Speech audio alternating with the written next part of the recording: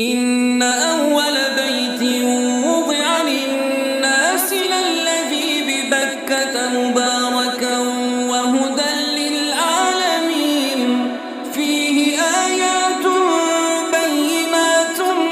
مقام إبراهيم ومن دخله كان آمنا ولله على الناس حج البيت من استطاع إليه سبيلا ومن